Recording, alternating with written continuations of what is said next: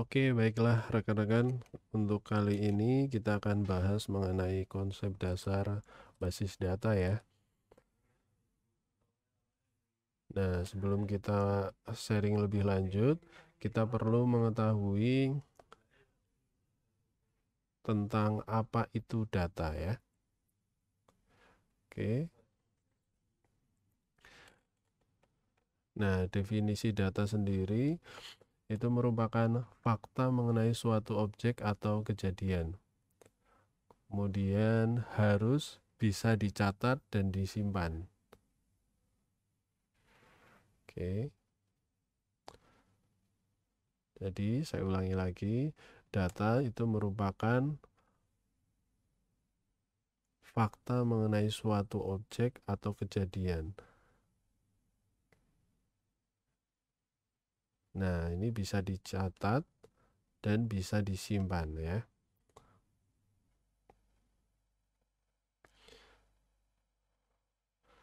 Nah, selanjutnya kalau kita membahas terkait dengan sistem informasi akademik misalkan, maka objek yang biasa terlibat seperti mahasiswa, dosen, mata kuliah, kelas, dan sebagainya ya.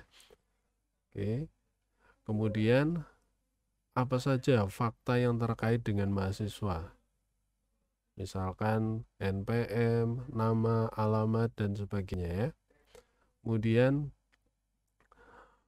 berapa banyak objek yang terlibat, kemudian berapa banyak atribut yang disimpan juga, kemudian itu tergantung dari sistem yang akan kita bangun. Dan informasi apa saja yang kita perlukan nantinya. Oke, jadi kalau saya tuliskan seperti ini, jadi saya ulangi, data merupakan fakta yang disimpan dan dicatat, merupakan fakta dari apa? Fakta dari sebuah objek atau kejadian. Nah, contoh di sini fakta-fakta terkait mengenai mahasiswa ada NIM, nama, alamat, foto juga bisa, kemudian bisa objek mata kuliah, dosen. Nah, kalau yang berkaitan fakta-fakta mengenai kejadian bisa berkaitan dengan presensi, KRS, tanggal, jam, NIP.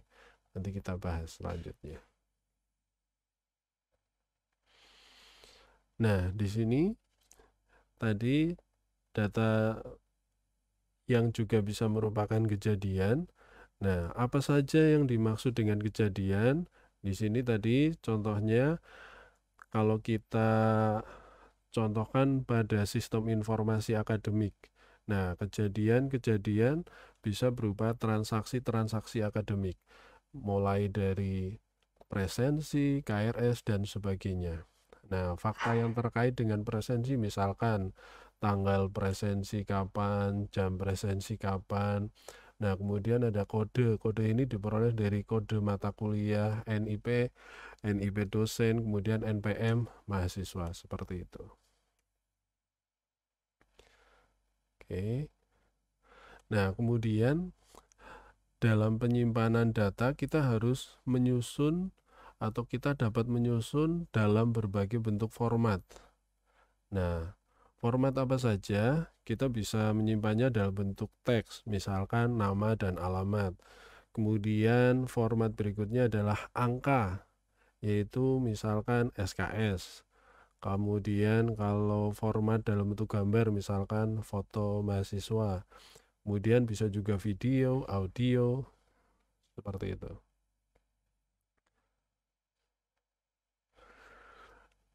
Nah, selanjutnya data-data tadi kita akan kelola, kemudian kumpulan dari data-data ini kita sebut sebagai database atau basis data, yaitu kumpulan data yang saling berelasi. Saya ulangi lagi, jadi kumpulan dari data ini kita sebut sebagai database atau basis data, yaitu kumpulan data yang saling berelasi. Misal sebelumnya kita lihat data mahasiswa berelasi dengan presensi. Kita akan mengetahui siapakah yang melakukan presensi atau hubungan di antara itu akan disimpan pada database atau basis data. Oke.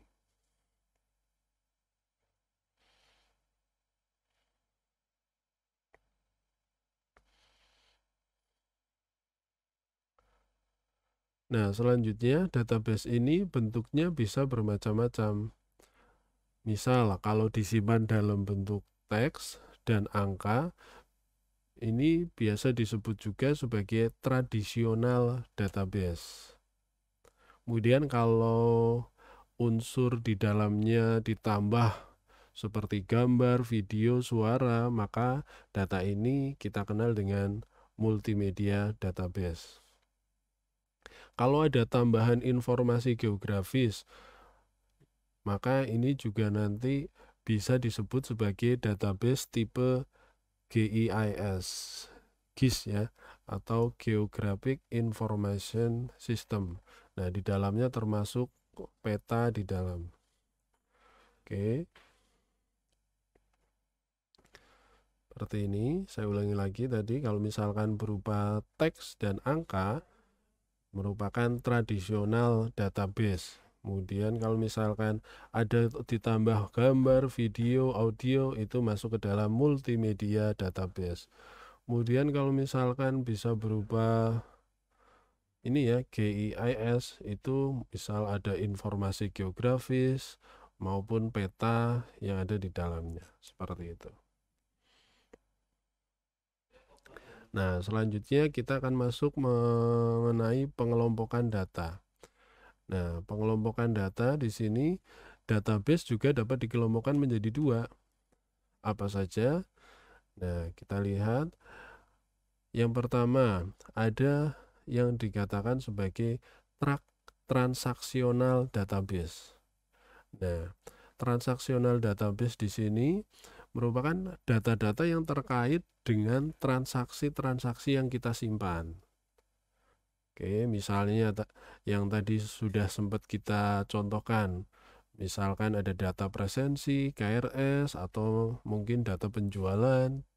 Oke, jadi bisa data transaksi presensi, transaksi KRS, ataupun transaksi penjualan, seperti itu. Kemudian selanjutnya ada data warehouse. Nah, data warehouse ini merupakan data yang besar yang berhubungan dengan banyak bagian. Kemudian ada historical data itu sendiri juga. Jadi, data-data yang pada masa lampau, kemudian data dari berbagai macam unit-unit bagian itu akan dikumpulkan dalam satu data, namanya data warehouse. Sehingga nanti pada akhirnya bisa dilakukan analisis. Oke, setelah kita mengetahui pengelompokan database tadi, selanjutnya kita perlu mengenal ini, alat atau tool digunakan untuk mengelola database. Nah, ini disebut dengan DBMS, Database Management System. Nah, di sini DBMS ini merupakan software yang mengelola database. Nah, apa saja sih yang menjadi syarat sebuah software bisa dikatakan sebagai DBMS? Nah, perlu kita lihat, salah satunya harus mampu mendefinisikan data itu sendiri, atau istilahnya define. Kemudian harus mampu membangun database-nya, atau istilahnya construct. Kemudian harus bisa melakukan proses manipulasi terhadap data yang ada di dalam database tersebut, atau istilahnya manipulation.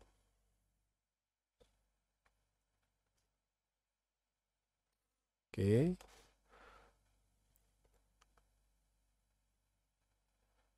Nah, selanjutnya setelah kita mengenal tool yang digunakan untuk mengelola database atau DBMS, Database Management System, selanjutnya kita perlu mengenal juga software pengelola database. Nah, software pengelola database ada beberapa software ya.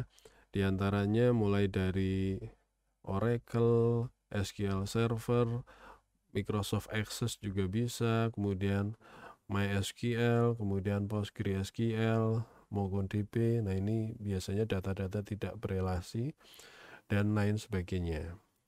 Oke.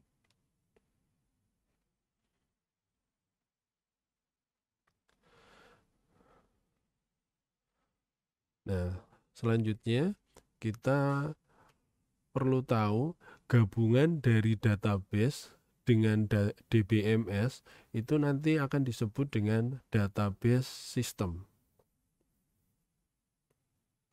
Nah, database system ini tidak bisa hanya terdiri database dan DBMS saja, tetapi juga untuk mendapatkan manfaatnya, database system ini perlu ada elemen-elemen seperti berikut.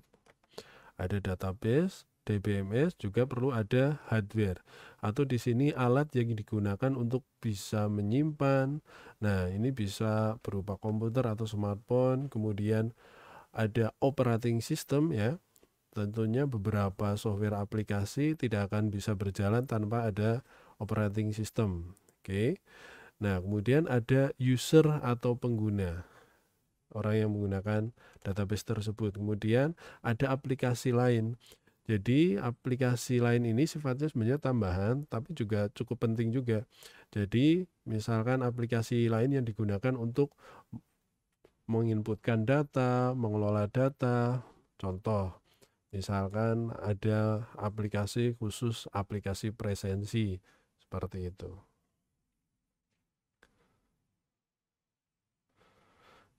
Nah, tadi kalau sudah kita lihat ada database system, nah kita perlu mengetahui juga keuntungan dari database itu apa saja.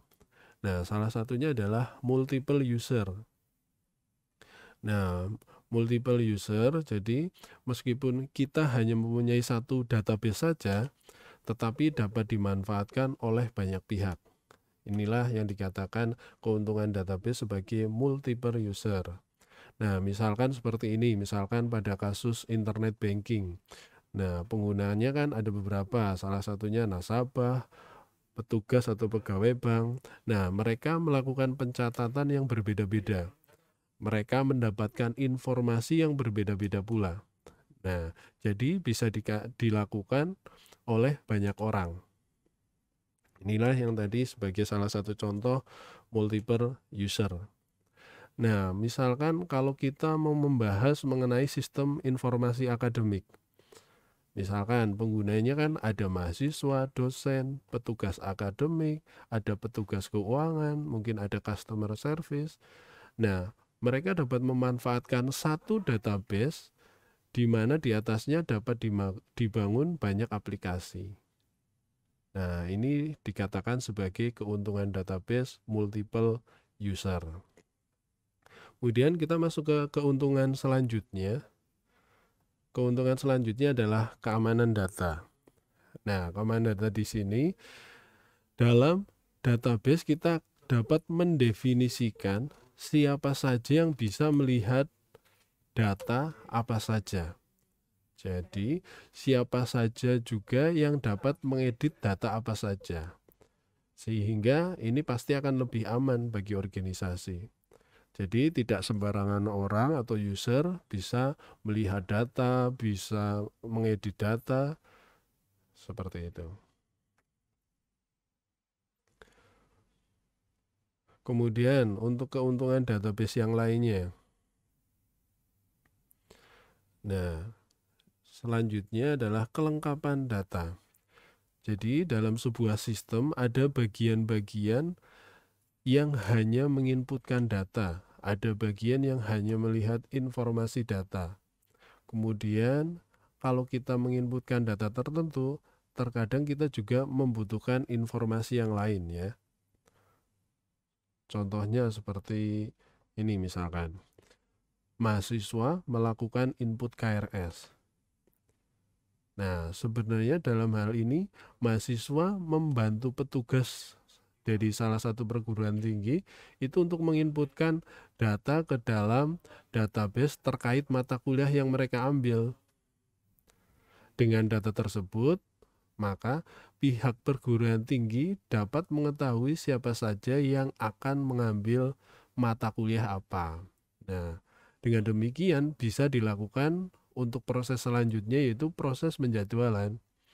Nah, penjadwalan ini yang sudah dilakukan oleh bagian akademik nanti bisa dinikmati oleh Anda sebagai mahasiswa atau oleh dosen atau oleh petugas akademik yang lain. Nah, data ini kemudian dimanfaatkan oleh dosen untuk melakukan misalkan proses penilaian, kemudian yang nilainya kemudian dimasukkan kembali ke dalam sebuah sistem. Dengan demikian mahasiswa bisa menikmati hasilnya, yaitu berupa transkrip nilai, KHS, ataupun dalam bentuk yang lain. Seperti itu. Selanjutnya, keuntungan database yang lain yaitu kemudahan dalam pengontrolan data. Nah, kalau kita menyimpan data di beberapa tempat seperti sebelumnya ya, terkait pembahasan sistem informasi akademik, mungkin ada bagian customer service, ada bagian keuangan, ada bagian akademik juga, ada dosen, ada bagian perpustakaan juga. Nah, semua bagian tersebut memerlukan data mengenai mahasiswa.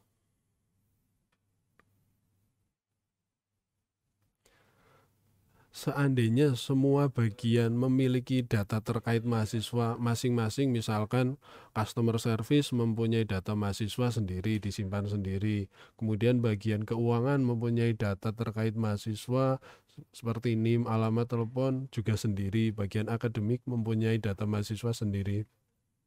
Tentunya ini akan menyulitkan mahasiswa ketika ada perubahan data.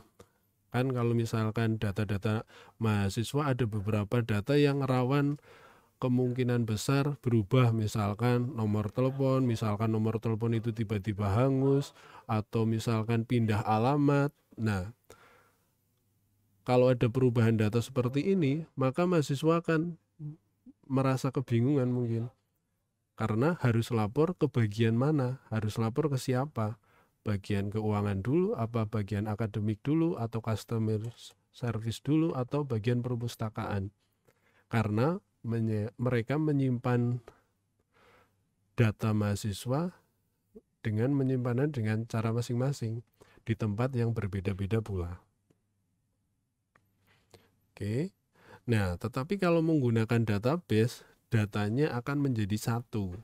Maka cukup lapor ke salah satu bagian saja, atau mungkin bahkan cukup mahasiswa melakukannya sendiri. Sudah mempunyai fitur di dashboard di sistem akademiknya untuk melakukan perubahan data mahasiswa. Oke, kemudian ada salah satu keuntungan lagi selain kemudahan dan pengontrolan data, yaitu kemudahan dalam pembuatan aplikasi. Nah, pembuatan aplikasi kalau tanpa data tentunya akan terasa sangat sulit.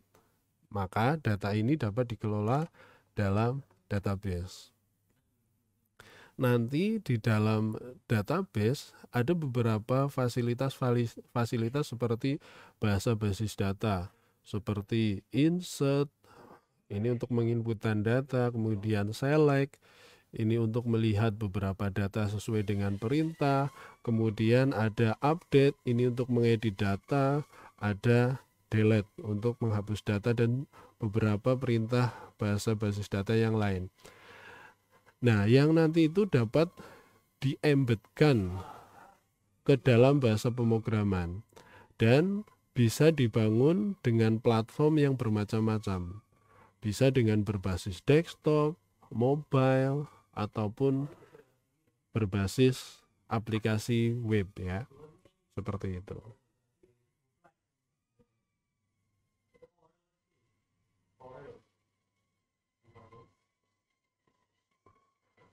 Oke, baiklah rekan-rekan, itu tadi untuk review konsep dasar dari basis data.